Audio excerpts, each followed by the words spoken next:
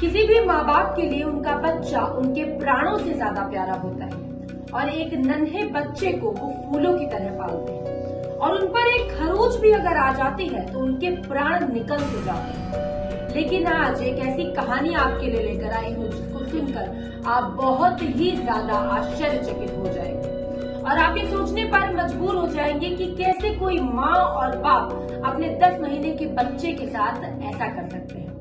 माता पिता ने कुछ ऐसा एक्सपेरिमेंट किया जिसको सुनकर आप दंग रह जाएंगे।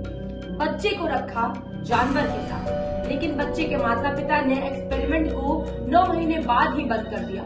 लेकिन तब तक ये साफ हो चुका था कि बच्चा इंसान से ज्यादा जानवरों जैसा व्यवहार कर रहा था। तस्वीर में दिख रहे इस बच्चे के साथ उसके ही माता पिता ने जो किया उसे आज तक लोग अमानवीय बताते हैं। इसका इस्तेमाल एक्सपेरिमेंट के लिए किया गया।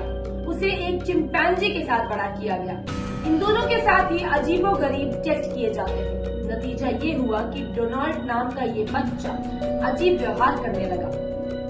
उसने लोगों को काटना, चिंपैंजी की तरह उछलना और खाना छीनना शुरू कर दिया। एक्सपेरिमेंट 9 महीने बाद बंद कर दिया गया, लेकिन तब तक ये साफ हो चुका था कि डोनाल्ड इंसान से ज्यादा जानवरों जैसा व्यवहार करता था। उसके बाद में दर्दनाक अंत भी हुआ।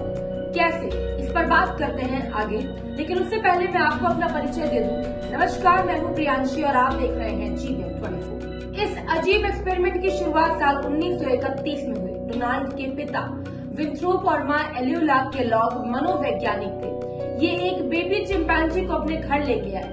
उन्होंने इसका नाम गुआ रखा। उन्होंने अपने बेटे डोनाल्ड को इसकी बहन बताया। इन दोनों को साथ में एक्सपेरिमेंट के लिए साथ रखा जाता था।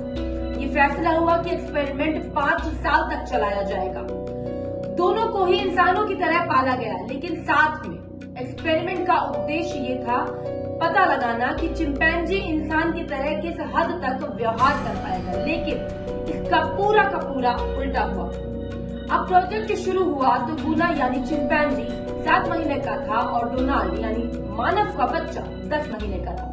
एक्सपेरिमेंट के तहत चिंपैंजी और डोनाल्ड के साथ एक जैसा व्यवहार होता था।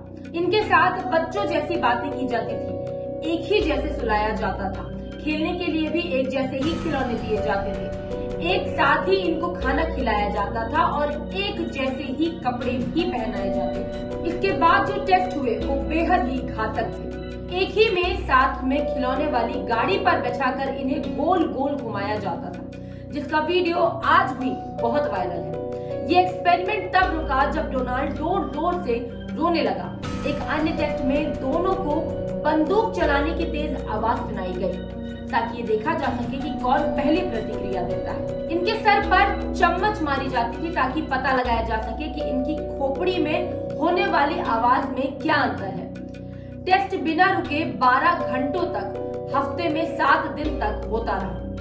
फिर इसके बाद डोनाल्ड के पिता ने साल 1933 में इस पर एक किताब भी लिखी। एक्सपेरिमेंट 28 मार्च 1932 में बंद हुआ, जब गुआ को पुनर्वास प्रक्रिया के जरिए ऑरेंज पार्क प्राइवेट कॉलोनी में वापस छोड़ दिया गया। बच्चा डोनाल्ड जानवरों जैसा व्यवहार ज्यादा करने लगा।